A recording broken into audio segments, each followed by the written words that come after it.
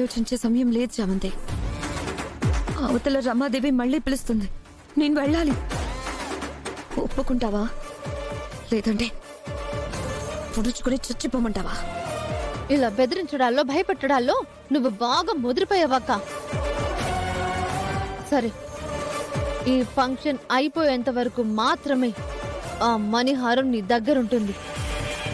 తర్వాత ఆ మణిహారాన్ని ఎలా తీసుకువెళ్ళావో అలాగే తీసుకునొచ్చి నా చేతికి ఇవ్వాలి. మళ్ళీ నీకిచ్చేస్తే ఆ రమాదేవికి నేనేం సమాధానం చెప్పాలి? సంస్థానానికి తిరిగి పంపించానని చెప్పు. అది అక్కడే ఉండాలి అని చెప్పు. సరే, ఏదో ఒకటి చేస్తానులే. ఈ ఫంక్షన్ అయిపోయే వరకైతే నన్ను ఇబ్బంది పెట్టావు కదా? ఇబ్బంది పెట్టను, కానీ మణిహారం ఇవ్వలేదు అంటే నువ్వు ఇబ్బంది పడక తప్పదు. లేదు, నేను ఖచ్చితంగా ఇచ్చేస్తాను.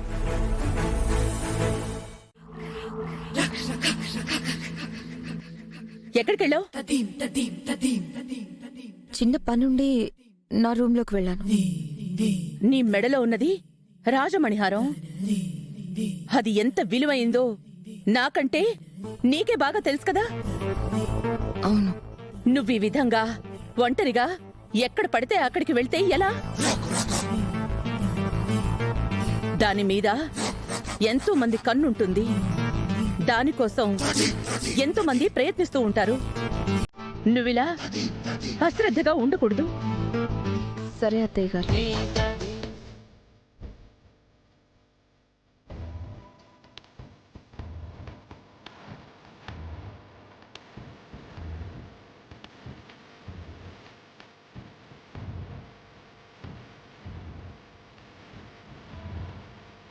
రోజా, ఫంక్షన్ అవ్వగానే ఈ మణిహారం నాకు ఇచ్చేసేయ్. నేను జాగ్రత్తగా దాస్తాను.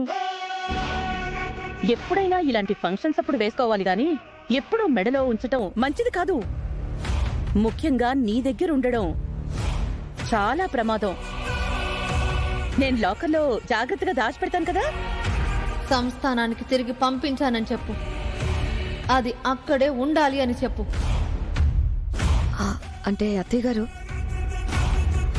గారు ప్రస్తుతానికి ఈ రాజమణిహారం మీకివ్వడం కుదరదు. ఫంక్షన్ కోసం అనేసి ఈ రాజమణిహారం తెప్పించాను. ఈ హారం సంస్థానంలోనే కదా ఉండాలి. ఎక్కడ పడితే అక్కడ ఉంచకూడదు. కొల్హాపూర్ నుంచి వచ్చిన మా రాజసంస్థానం పెద్దలతో కూడా మాట్లాడాను. ఈ రాజమణిహారానికి సంస్థానంలో ప్రత్యేక స్థానం ఉంది. ఈ హారం అక్కడే ఉండాలమ్మా అంటున్నారు. మీరడిగారని, మీకిచ్చిన మాట కోసమని సంస్థానం నుంచి తెప్పించాను. మళ్ళీ తిరిగి ఈ హారాన్ని సంస్థానానికే పంపించేయాలి కదా అత్తయ్య గారు. అదేంటి? హారాన్ని తీసుకుని మీ కోడలుగా వస్తానని అప్పుడన్నావు. హారాన్ని ఎలాగైనా తీసుకొస్తాను, రిసెప్షన్ జరిపించండి అని చెప్పావు. ఇప్పుడు రిసెప్షన్ పూర్తయిపోగానే ఆ రాజమణిహారం తీసుకెళ్లిపోతానంటే ఎలాగా? మీకివ్వాలి, మీ దగ్గరే ఉంచాలని నాకు కూడా ఉంది. కానీ నేనింకా సంస్థానం బాధ్యతలు స్వీకరించలేదు కదా.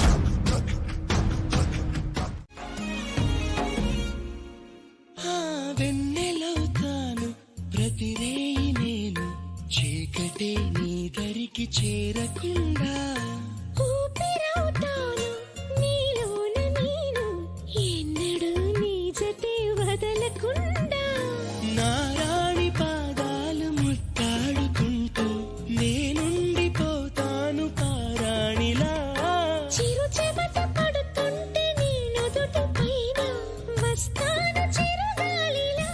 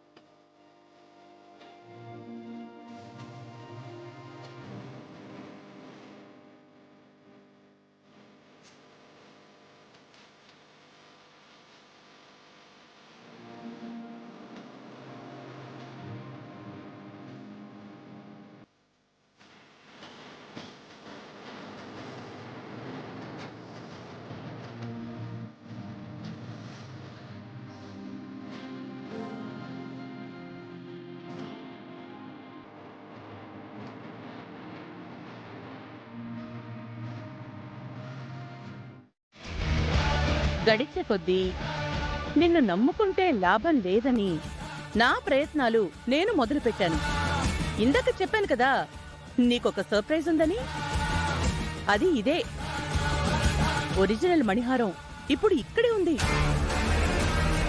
ఆ రాజవంశానికి చెందిన యువరాణి ఇప్పుడు నా కోడలయ్యింది. ఇక నుంచి నీతో కూడా నాకు పెద్దగా అవసరం ఉండకపోవచ్చు. మీ యువరాణి గారిని పరిచయం చేస్తాను. రా.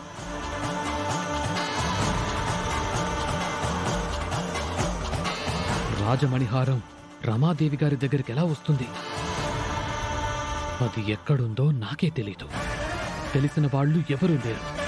మరి హారం ఇక్కడికి రావడం ఏంటి? అసలు ఆ యువరాణి ఎవరు?